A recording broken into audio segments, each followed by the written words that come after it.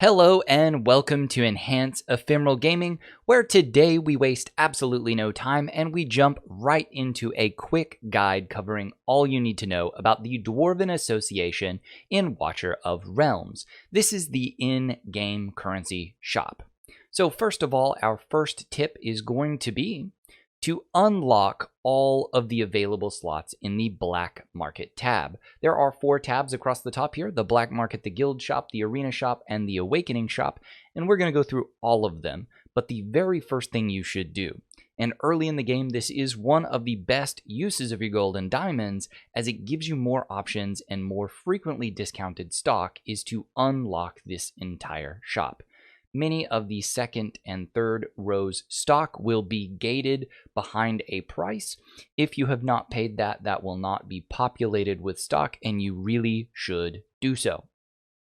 Now, also remember that what can appear in the Black Market tab is affected by your in-game progress, primary areas being promotional raids, gear raids, and the campaign. The further you progress in each area, the better quality of gear and quality and rarity of items that can appear here. So you're going to want to push progress in those areas. All right, let's move on. Let's get into what you should be buying, and we're going to take this tab by tab.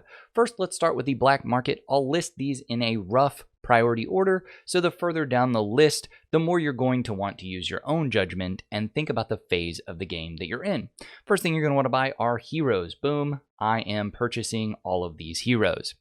Heroes will eventually become one of the main bottlenecks for you, as you're going to need a large amount of common and uncommon heroes to promote and level up your teams to 6 stars, especially when you time it with events like the so-called Corridor of Glory, which we will go and look at really quickly here. This gives you points for leveling, starring up, and promoting your heroes. You get scores for this, and it is one of the best payouts in the game, as it often has multiple legendary skill crystals in it. You're going to eat through your heroes very quickly. Before that recent event, which you saw that I had reached the highest thing, I had 500 heroes stocked away. Now, a few days later, I have been purchasing heroes all day, every day. I still only have 100 left. The other thing you should purchase is essence, especially the mythic essence. So let's refresh and see if we can find some of that now. You're going to see me purchase this stamina here, and we're going to talk about that. But one of the other main things, that second thing you should be purchasing, is essence. Also, we will note here, while I told you to buy heroes, do not buy those that require you to use diamonds for them. Even though they're discounted, that is not typically a worthwhile purchase. So as we go through here, we're going to continue buying these as we look for essence. But the essences that you're going to be looking for are primarily the mythic essence. The mythic essence is going to be your next large bottleneck. When it can technically be farmed via promotion raids, the drop rate is very, very slow. And when it first begins to show up in the market, one of the things that you're going to notice that it's going to be far easier to get it in the market than it is going to be via farming.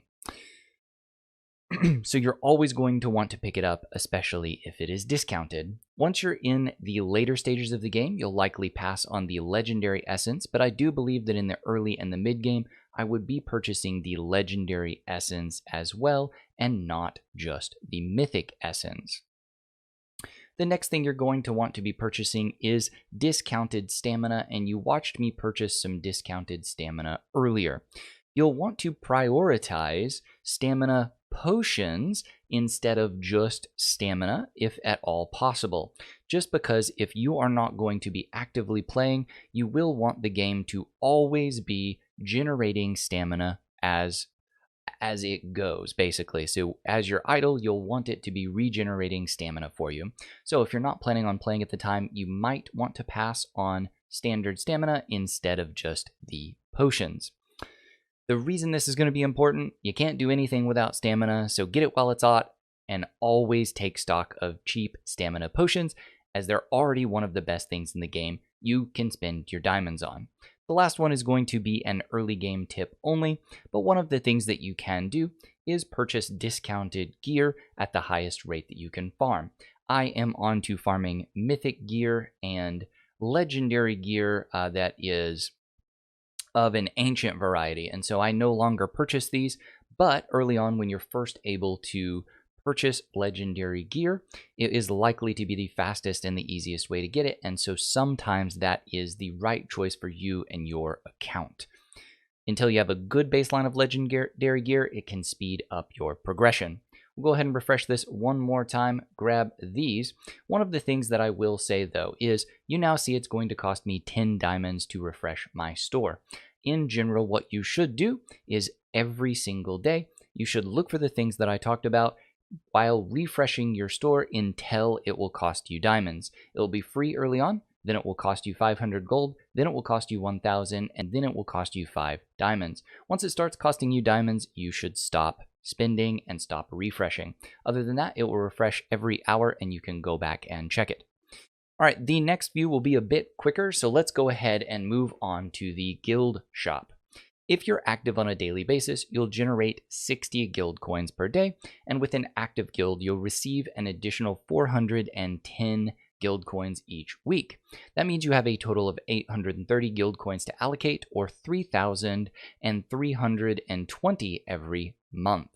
There are only 3 things that I think you should purchase in this particular store. I think priority number 1 is a late game item, and it's unlikely to be available to most players as it requires a level 6 end game guild. This is the legendary skill crystal, which will set you back a whopping 1,600 guild coins, almost half of what you generate in an entire month. As you see, I am not currently in a guild that allows that, and so even I do not have this available. Priority number 2 is the gold bonus. Keep in mind that this is not an item, and once purchased will be active for 24 hours, giving you double the gold.